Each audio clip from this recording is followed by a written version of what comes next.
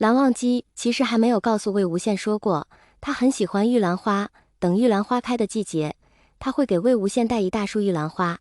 忠贞不渝的爱情。亮光闪起，手机掉在了地上，屏幕微微还在亮着光，鲜红粘稠的血滴在了屏幕上，慢慢的流了一滩，就好像染红的玉兰花一般。春去秋来，3年光阴转眼即逝，远在美国的魏无羡收到了江澄视频电话。魏无羡难得的一个星期天，就让江澄这样毁了。他声音带着没睡醒的沙哑，有事快说，我还要睡觉呢。江澄声音有些激动，魏无羡，我跟你说，我想跟你说个惊天的大消息。魏无羡闭着眼睛说道，说。江澄声音格外的激动，你还记得蓝忘机吗？他大学毕业后直接就进了蓝家的公司，我靠，他当上总裁之后，把蓝家真的是大换血，而且就在昨天，他把温氏集团给吃了，你敢信？魏无羡一听，一下子就睁开了眼睛。他这3年来一直在有意的避着所有关于蓝忘机的消息，不是不想，是不敢想，一想就想起自己想做的事情。什么意思？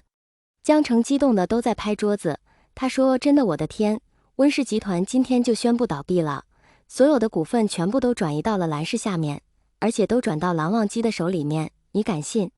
我反正不敢信，我他喵的还就得信。他太厉害了，他才24，他比你还牛逼。魏无羡实在是没想到，温氏集团可是一个不小的公司，他没想到居然被蓝氏给搞垮了，这真的是一个不小的新闻。他半点睡意都没有了，打开手机就看国内的新闻，正好就是在报蓝氏集团把温氏集团收购的消息。镜头里面的蓝忘机面容俊美，一身高定西装显得人格外的挺拔，浅色的眼睛里全是冷漠，周身的气质都不一样了。这那里还是3年的小孩子，他变得更加优秀了。蓝忘机的左手腕上戴着一只精致的腕表，魏无羡并没有察觉什么，没有觉得哪里不对，但是在魏无羡的印象中，蓝忘机好像似乎不太喜欢戴这些装饰品。这还是蓝忘机之前和他说过的。小孩长大了，也更加优秀了。江澄看着坐在自己对面的蓝忘机，心里有些没底，他问道，小蓝总找我何事啊？蓝忘机白皙修长的指尖轻轻敲了桌面，发出了清脆的声音，目光依然是冷漠的，面容清冷。没什么，就是我这里有一份合作方案，想给江总看一看，如果合适的话，不如我们合作。江澄一听就惊了，说道，你要和我们合作？蓝忘机面无表情，说出口的话却让江澄无比的心动。对，蓝氏和你们公司合作，这对你来说是百利无一害。江澄问道，为什么？蓝忘机不回答，只是问道，他回国了吗？江澄道，什么？蓝忘机却起身准备离开了，临走前还把那个方案放在了桌子上，说，希望你明天可以给我答案。说完，转身就走了。蓝忘机坐上了车，看着窗外的风景，眉心一阵一阵抽痛，说道，去公司。这几年蓝忘机也想通了，不是自己的终究强求不来，释怀了。只是他还是有时候会梦见那人，3年过去了，那个人倒是在他脑海里越发的清晰了。江澄回去后就把这件事情和魏无羡说了，魏无羡听完之后并没有说什么，只是问道，除了这些，他还问你什么了？语气带着些小心翼翼的期待。江澄说道，他问你回来了吗？那句话的意思就是在问魏无羡回来了吧？此话一出，魏无羡直接就愣了，他没有想到蓝湛会问他，更没有想到已经3年过去了，蓝湛还对他有执念。江澄看着魏无羡的样子，实在是忍不住了，说道，魏无羡，你不是最近正好打算回国吗？国外的公司也稳定下来了，你和我说一说，你对人家蓝二公子到底是怎么想的？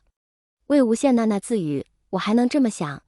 江澄一针见血说道，你就是喜欢上人家了吧？魏无羡，你别说咱们2个关系铁，我就得帮着你说话。3年前那个事情，说句实在的，你就做的不对。魏无羡一听就笑了，看着江澄笑着说道，哟，大直男也会来说到我了。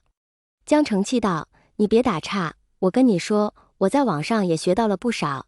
3年前你就算是真不想和人家在一起了，我觉得你也得好好和人家谈一谈，而不是直接让人家大哥把他从家里接走，你就甩给人家一句以后都别再见面了。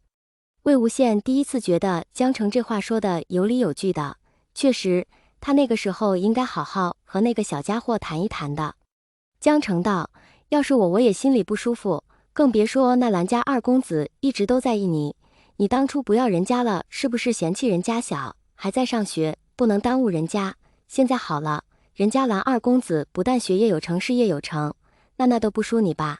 人家还比你小好几岁呢。”一说到年龄，魏无羡就急了，骂他：“你找打是吧？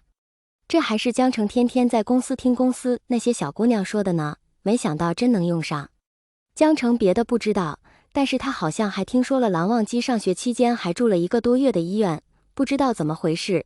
他说道：“而且我听说了，蓝忘机之前还住过1个多月的医院，就在你走后。”江澄这话一出，魏无羡心里直接就咯噔了一下，心里止不住的发凉，问道他为什么住院，生什么病了？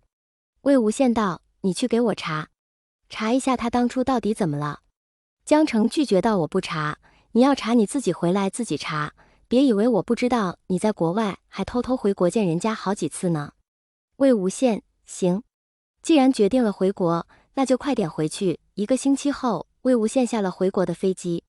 下了飞机，他先是把自己的东西放回了别墅，然后直接开车就朝着公司的方向去了。他回国的消息还没来得及告诉江澄，直接就去公司找他得了。他刚下车，还没进公司大门呢，就看见江澄和1个人从公司大楼里面出来了。那个人不是别人，正是魏无羡一辈子都忘不了的人。在视频里面看不出来，现在见到真人了，魏无羡忽然发现蓝忘机已经长那么高了，江澄都有183，蓝忘机居然比他还高半个头。江澄一抬头就看见了不远处的魏无羡，他把车停在了停车场，准备走着来公司。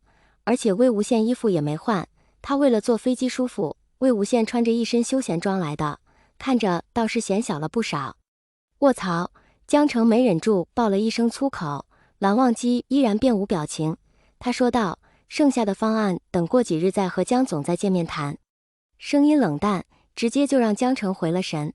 江澄说道：“公司的正牌老总回来了，你和他谈吧。”蓝忘机还没反应过来江澄说的什么意思，就顺着江澄的目光往远处看，一眼就看见了魏无羡。那双平淡的眼睛里面难道闪过一丝波澜？魏无羡实在是没有想到他们2个人见面会如此潦草。江澄赶紧脚底抹油的跑了，临走前还说：“回来了也不提前说，我们晚上再聚啊。你们2个聊，我先走了。”气氛蓦然尴尬，蓝忘机不自觉地往后退了几步，那双眼睛看着魏无羡显得格外的陌生。